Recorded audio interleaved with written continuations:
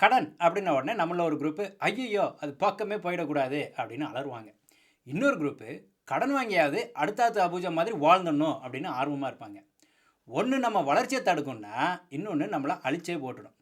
அதனால் நமக்கு எதுக்கு கடன் வாங்கலாம் எதுக்கு வாங்கக்கூடாது அப்படின்னு நமக்கு தெளிவாக தெரியணும். அதாவது எது நல்ல கடன் எது மோசமான கடன் அப்படின்னு நமக்கு தெரியணும். கடனில் என்னங்க நல்ல கடன் கெட்ட கடன்? எல்லா கடனுமே மோசமான கடன் தானேங்க அப்படின்னு சொல்கிறீங்களா? உண்மைதான். ஆனால் நம்ம லைஃப்பில் சில கடன்களை நம்ம முன்னேற்றத்துக்காக எடுக்கலாம், தப்பு இல்லை. அப்போ எது நல்ல கடன் எது மோசமான கடன் நாம் எப்படி தெரிஞ்சிக்க? மோசமான கடனில் இருந்து நம்ம வெளில வரணும்னா எப்படி வரலாம்? அதுக்கு தான் இந்த எபிசோட்.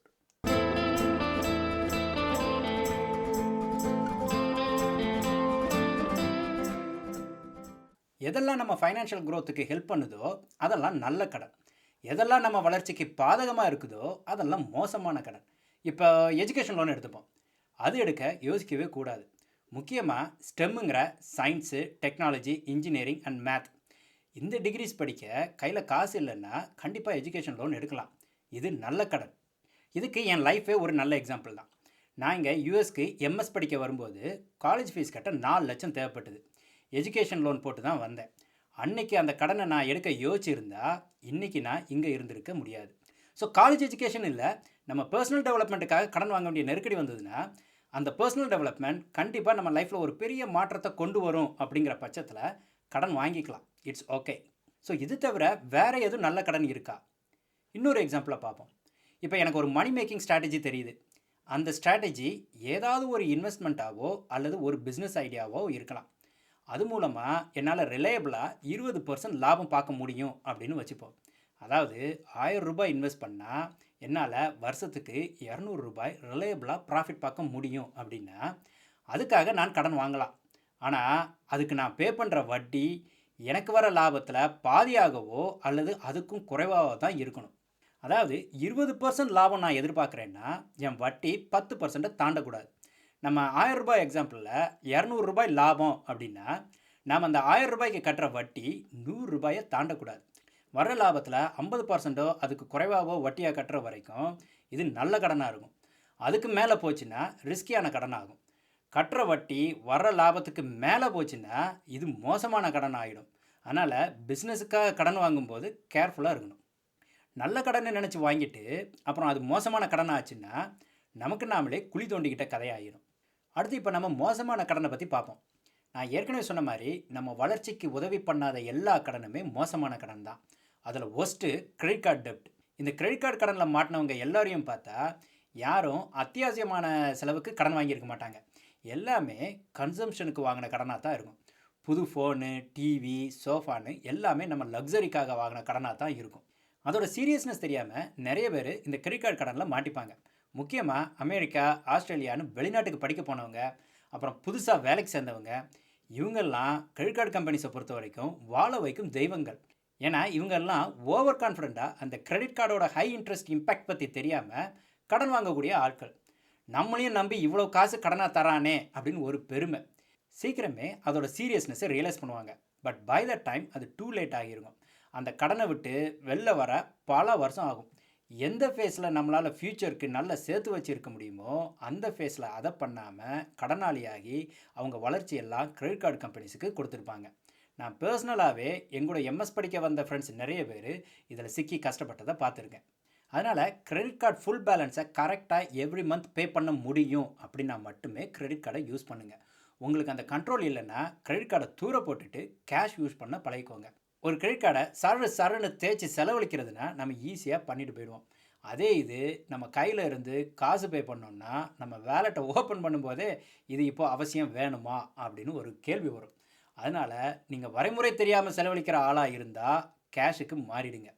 உங்களுக்கு மட்டும் இல்லை, உங்கள் ஃபேமிலிக்கே அது ஒரு பெரிய உதவியாக இருக்கும். சரி, கிரெடிட் கார்டு கடன் மோசமான கடன். கார் லோன் எப்படி?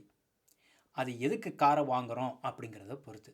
இப்போ நம்ம பிஸ்னஸ்க்கு ஒரு கார் தேவைப்படுது, அதுக்கு வாங்குகிறோம்னா அது அவசிய செலவாகிடுது, நல்ல கடன். ஆஃபீஸ்க்கு போகணும், பப்ளிக் டிரான்ஸ்போர்ட்டேஷன் இல்லை, காரில் தான் போய் ஆகணும் அப்படின்னா அப்போவும் அது ஒரு நல்ல கடன் தான். ஆனால் அந்த அத்தியாவசிய தேவையை சிம்பிளாக ஒரு மாருதி கார் பூர்த்தி செஞ்சிடும்போது நான் கரோலா வாங்குகிறேன் அப்படின்னு ஆர்வமாக லோனை போட்டு வாங்கினா அது மோசமான கடன். இந்த தப்பை நிறைய பேர் செய்வாங்க. அவங்கள பொறுத்த வரைக்கும் காருங்கிறது ஒரு அசட். அது அசட் இல்லை, ஒரு லயபிலிட்டி அப்படிங்கிற உண்மை அவங்களுக்கு தெரியாது. நானே இந்த தப்பை செஞ்சுருக்கேன். நான் ஃபஸ்ட்டு வேலைக்கு சேர்ந்த பிறகு பார்ட் டைமில் 2வது எம்எஸ் பண்ணேன். ஆனால் அந்த கேம்பஸ்க்கு போக கார் இருந்தால் தான் முடியும். அதனால் ஒரு கார் வாங்கியே ஆகணும் அப்படிங்கிற ஒரு கட்டாயம் ஆயிடுச்சு. சிம்பிளாக $3000 $5000 ஒரு காரை வாங்கியிருக்கணும். ஆனால் அப்போ எனக்கு இருந்த அறிவுக்கு வாங்குறதே வாங்குகிறோம், நல்ல காரை வாங்குவோம் அப்படின்னு $12,000 $5,000 கேஷ் கொடுத்து $7,000 கார் லோன் போட்டு ஆர்வமாக அதை வாங்கினேன். செலவு அத்தோடு நிற்கலை. என் வயசு 25க்கு கீழே இருந்ததுனாலையும் கார் லைசன்ஸ் வாங்கின புதுசு அப்படிங்கிற காரணத்தினாலையும் மாதம் $600 கார் இன்சூரன்ஸ் பே பண்ணேன். இப்போ நினச்சா கூட எவ்வளோ இக்னோரண்ட்டாக இருந்திருக்கோம் அப்படின்னு தோணும். We live and learn. House loan எப்படி? அது நல்ல கடனா மோசமான கடனா? அது நம்ம எவ்வளோ வட்டி கட்டுறோம், நம்ம வீடு எவ்வளோ அப்ரிஷியேட் ஆகும் அப்படிங்கிறத பொறுத்து. ஜென்ரலாக அது நல்ல கடன் தான். யூஎஸில் ஹவுஸ் லோன் பயங்கர சீப்பு. அதனால் பெரிய பங்களாவாக வாங்காமல் நம்ம தேவைக்கு ஏற்ற மாதிரி இங்கே வீடு வாங்கினா கண்டிப்பாக நல்ல கடன் தான். ஆனால் இந்தியாவில் ஹவுஸ் லோன் இன்ட்ரெஸ்ட் ஜாஸ்தி அப்படிங்கிறதுனால அது நல்ல கடன் அப்படின்னு சொல்லிட முடியாது.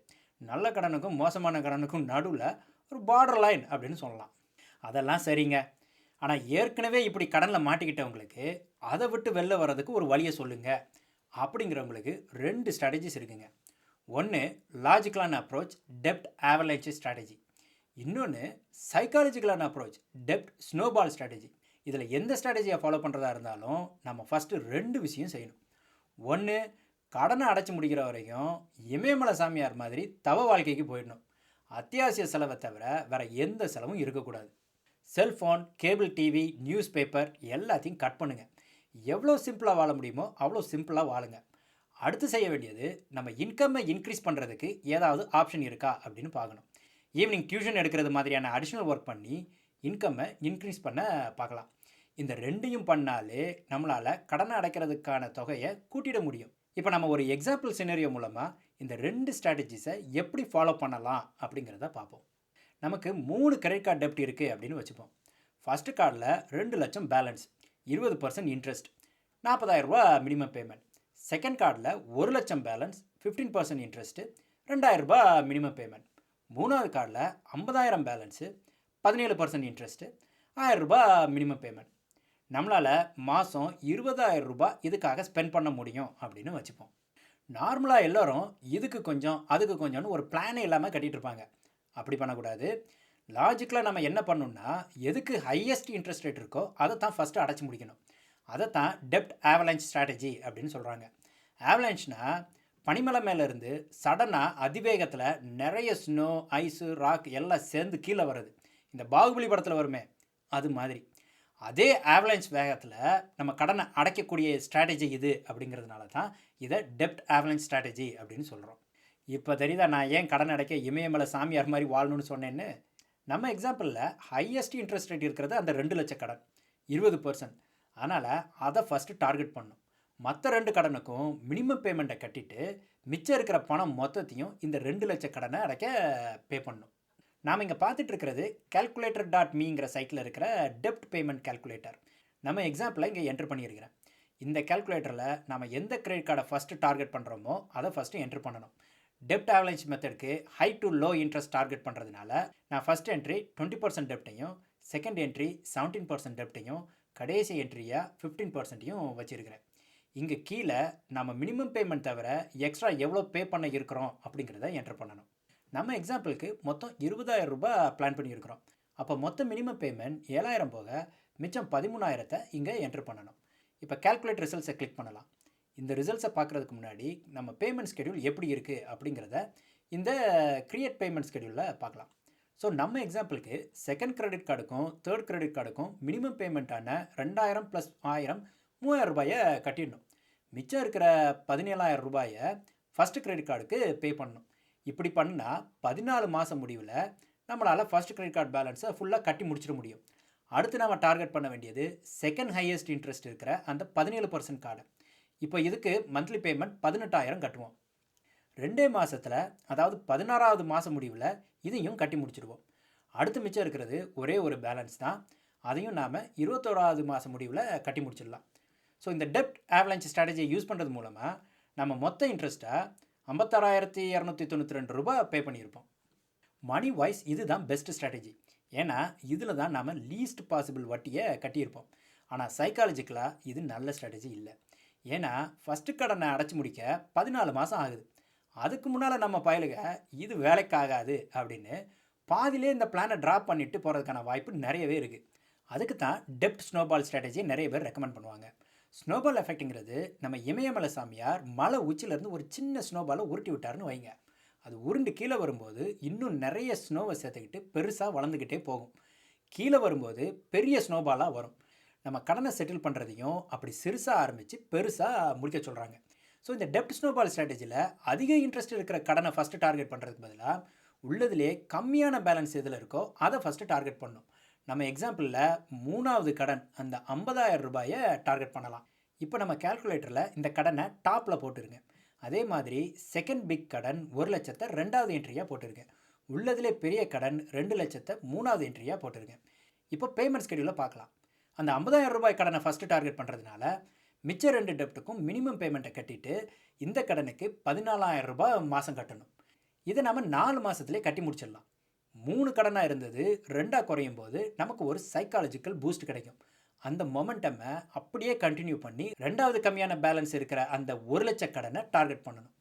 அதை அடுத்த 7 மாதத்தில் கட்டி முடிச்சிடலாம். அப்புறம் அந்த கடைசி 2,00,000 கடனை டார்கெட் பண்ணி பே பண்ணுனா அடுத்த 10 மாதத்தில் பே பண்ணி முடிச்சிடலாம். மொத்தத்தில் இந்த ஸ்ட்ராட்டஜிலையும் 21 மாதத்தில் நம்ம கடனை அடைச்சி வெளில வந்திருப்போம். ஆனால் வட்டியாக ₹62,853 பே பண்ணியிருப்போம். கிட்டத்தட்ட ₹6,500 டெப்ட் ஆவரேஜ் ஸ்ட்ராட்டஜியை விட அதிகமாக பே பண்ணியிருப்போம். ஆனால் இது சைக்காலஜிக்கலாக நம்ம கடனை சீக்கிரம் அடைச்சி முடிக்க ஹெல்ப் பண்ணும். சில பேருக்கு லாஜிக்கலான அப்ரோச் பிடிக்கும், சில பேருக்கு சைக்காலஜிக்கலான அப்ரோச் பிடிக்கும். எதுவும் தப்பு சரி இல்லை. கடனை அடைச்சி முடிக்கிறது தான் நம்ம கோல். இந்த 2 அப்ரோச்சில் நமக்கு எது ஒர்க் அவுட் ஆகும்னு தெரிஞ்சுட்டு அதை ஃபாலோ பண்ணிக்கிட்டா சரிதான். அண்ட் ஒன் மோர் திங், இப்போ உங்கள் ஃப்ரெண்டோ அல்லது சொந்தக்காரங்களோ எனக்கு அவசர தேவை, கொஞ்சம் பணம் கடனாக கொடுங்க அப்படின்னு கேட்குறாங்கன்னு வைங்க. என்ன சொல்லுவீங்க? அப்படி ஒரு சிச்சுவேஷனில் நீங்கள் இருந்தீங்கன்னா நீங்கள் உங்களையே கேட்டுக்க வேண்டிய கேள்வி ஒன்றே ஒன்று தான். இந்த உறவு எனக்கு வேணுமா அல்லது வேண்டாமா? வேணும்னு நினச்சிங்கன்னா உங்களால் கடனாக இல்லாமல் சும்மா எவ்வளோ கொடுக்க முடியுமோ அவ்வளோ கொடுங்க. வேண்டாம்னு நினச்சிங்கன்னா கடன் கொடுங்க. ஏன்னா நம்ம அண்ணாச்சி கடையில் எழுதி போட்ட மாதிரி கடன் அன்பை முறிக்கும். அதில் உங்களுக்கு சந்தேகமே வேண்டாம். சீக்கிரமே அடுத்த வீடியோவில் சந்திப்போம். நன்றி, வணக்கம்.